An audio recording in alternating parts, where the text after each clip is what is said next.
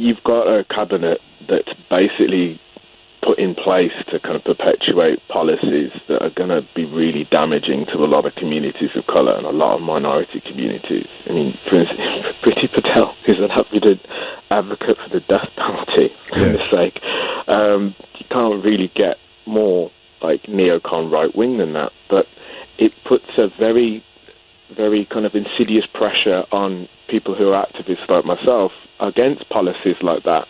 When you stand up and say, look, for instance, the vast people of colour in this country are disproportionately imprisoned. If you start bringing death penalty into it, particularly for violent crimes, they're going to be disproportionately the victims of the death penalty as well. And they're not necessarily going to be a moniker of guilt or innocence. And they'll say, but hey, you're saying this policy is racist, but it can't be racist. The Home Secretary is a brown woman of Indian descent. And they'll say, well, yeah, but that But then I mean, it's a complicated enough conversation as it is without, and I understand why you brought this in, but just to nip that line of inquiry in the bud, that would apply to all justice policies. Yeah, it would. So it's not. I mean, the death penalty is a big one, so to speak. No, it's just a. So is there nothing here? Nice, easy one to put out. No, you're right. So for you as a black British man, you don't derive any what's the word I want? Encouragement, comfort whatsoever from seeing black British faces around the cabinet table, which when you were young would have been close to unthinkable. When I was young, yes, I definitely would have. But now I'm old enough to understand the process that got them to their position in the first place. Go on. I mean, you've got to ask why the person has been selected, not just because of their ethnicity, but because of their politics. They're there to fulfill a role. And if that role that they're there to fulfill kind of also involves kind of oppressing, communities of colour via policies, it kind of doesn't really matter. In fact, no, actually, I'll backtrack that. It does matter. It makes it worse. It makes it worse? Yeah. I mean, so you'd rather not have any faces of colour around this cabinet table? You, as a black British man, would feel happier if there were no representation at all of your ethnicity around the cabinet table, because you disapprove so profoundly of the politics of that cabinet? Yeah. Basically. Okay, that's interesting. I mean, the kind of question is, would you prefer to be beaten up by someone who looks like you or someone who looks different to you? If you the option, if you've got it, is not to be beaten up in the first place, but it doesn't really matter who's doing the kicking. And just to kind of, I don't want to make this into a history lesson, but this is a colonial thing. It's been going on for a really long time. The British Empire was very good at going into the community, picking the minority ethnic group that looked like the majority, but also had a little bit more power, shaking hands with them and said, "Do you want to hold the whip and the shackles? Okay, you do the." Again, mate. I know it's quite a big reach, that, isn't it? It is. It's a but it's how you feel, and you're being sincere. It makes me uncomfortable. Not as uncomfortable as the line about turncoats of colour, but you're pretty close to that position. You see them as facilitators. Potentially facilitators of the oppression of, for want of a better phrase, quotes, their own people, end quotes.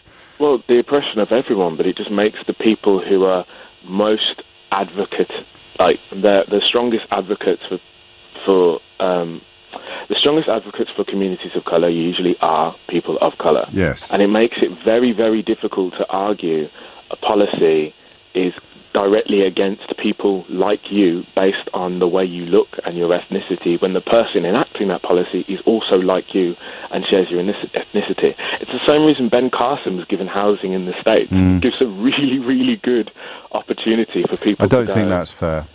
I think you're right about Ben Carson, but I don't think that's why Boris Johnson has appointed these people. Well, no, I don't think that's why he's appointed. They're not tokens. I think no. I don't know. I wouldn't. No, I don't know. I count that out, but he's chosen them for their politics. Definitively, he's chosen them for their politics. The fact that their face fits is unfortunate for us, but very fortunate for him. And yeah, I see what you mean, because then you have James cleverly taking to social media, and I was impressed by this, and I'm wondering now whether I should have been, because I thought it was a really powerful point.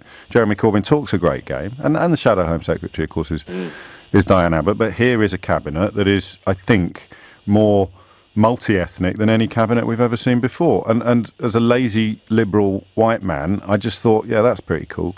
And you're telling me actually, you're saying not just it's not cool. You're saying it's the opposite. It's actually bad. It's actively bad. It's the same as feminist representation, right? The Conservative Party has literally had two amazing female leaders who have been, great, have risen to the top of the party, right? That should be a thing that we put on a pedestal and go, wow, they've had two female prime ministers of the Conservative Party, until, of course, that you look at the record of those prime ministers and what they actually enacted and the things that they did with that position. The part of the problem of politics based around identity in general is that it's very hard to kind of find a line through, right? How much is representation important in terms of enacting policy? Because if you get the right person, the right kind of person to fulfill a role, and that role is fulfilled in a way that's damaging and deleterious to the entire country, does it really matter that the person's the right kind of person? No, I'm really taking on board a lot of what you're saying. I'm struggling with some of it, actually, but in a good way. I'm struggling intellectually. It's not really pleasant, particularly because people like myself, and I will fully hold my hands up here, we've been banging on about representation for ages. Yeah. We've been doing this whole, we want the boardrooms to look like us, we want the cabinet to look like us, and it's almost kind of gone, they've gone, look, this is what you wanted, this is diversity, right? And we're like, yes. hang on, wait. Exactly that. Oh, God, you've understood my own discombobulation better than I have myself. Let me try one more with you, which is, I know, as a white bloke who went to public school, I know my life would be a lot different, and, achieving stuff would have been a lot harder had I been black and or not privately educated, not having gone to public school. So to see somebody rise through the ranks of British society in a way that wouldn't have happened in previous generations would, at the beginning of this hour, I would just have seen that as an unalloyed good. But then this depends on how you look at it, right? Yeah, I know it does now. James? Go on. You are looking at it through the point of view that somebody manages to get into the room and then manage to find a way to open the door, which is a beautiful way of looking at it. Yeah. But you kind of got to understand from my perspective, and a lot of people like me, it's who opened the door for them.